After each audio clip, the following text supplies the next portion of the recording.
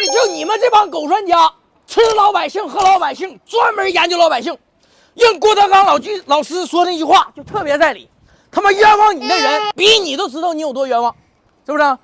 就是老百姓是一个弱势群体，我感觉作为一个弱势群体的一个代表，我身后站着17亿同胞，我要不为我们弱势群体去说话，不团结，老百姓的命运就是任人宰割。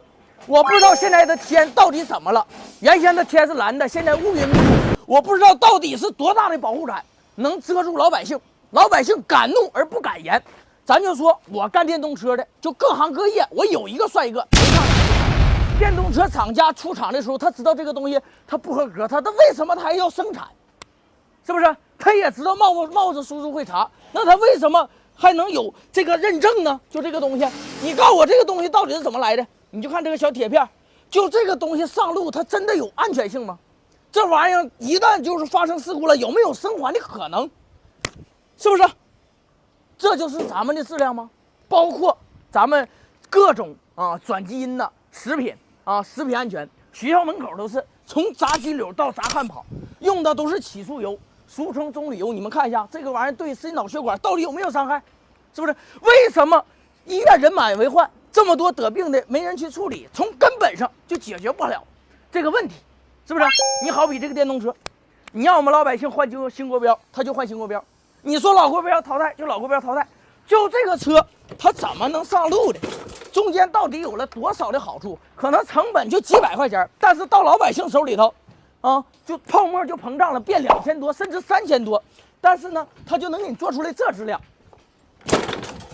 我这么弱小的身躯能把这台车抬起来，而且呢，这个车你有没有发现一个问题？不管咱们怎么改变，设计这个电动车的人他自己不骑电动车，他是通过什么方式了解咱们老百姓必须要用脚蹬的？必须要用咱们新国标，必须能上牌，不上牌咱们这个就不能上路行驶，而且必须要求重量呢，是不是？首先他骑不骑电动车？他不骑电动车，就好比原先研究计划生育的那帮人，现在都移民哪儿去了？是不是？能不能就是说告诉一下我们老百姓，让我们老百姓知个底儿，是不是？他就好比一个羊圈，他霍霍完这个羊圈，跑那个羊圈，又霍霍其他羊圈去了，是不是？就这些问题，为什么就没人说？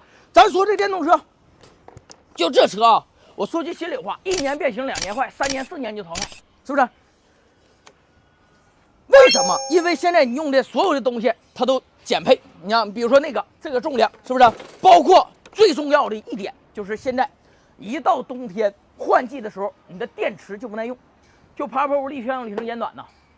因为你们现在采用的是什么电池？我跟你们说句实话，我干电动车14年了没有任何一个时代比现在老百姓更好骗。你们现在用的全都是新国标电池，原先的老国标电池是什么样的？给你们看一下，这是老国标电池，重量非常的重。来，这就是新国标电池，它颜色不一样，这是认证中心认证的，是不是？6-DZF-20。那你有没有发现每一块电池上面都有个标？这是什么标？垃圾桶上有，这叫来回利用的标，是不是？说明它不是一次性的。那这种电池，那为什么就不耐用呢？就是因为它使用的所有的东西全都是再生的，再生铅导电性不好。你看，在后面割开之后，正负极板来回碰撞产生的热能，就会对咱们这个产生一个盐酸铅结晶，附着到电解棉上。电解棉一旦厚了，就会导致它膨胀鼓包。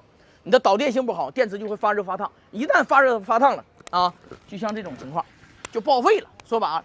那怎么去解决这个问题呢？我跟你说，我干了14年电动车修理，这是我的店面你们以后电动车电池一旦不耐用了，只要它没有鼓包没有流液，一定要用我这个方法。你看我这里有一块报废的电池。首先呢，咱们拿出咱这个万用表进行一个测量，咱们呢正极对正极，负极对负极，测量一下它的电压6点几伏，是不是？撬开之后映入眼帘的是厂家出厂给咱留的口。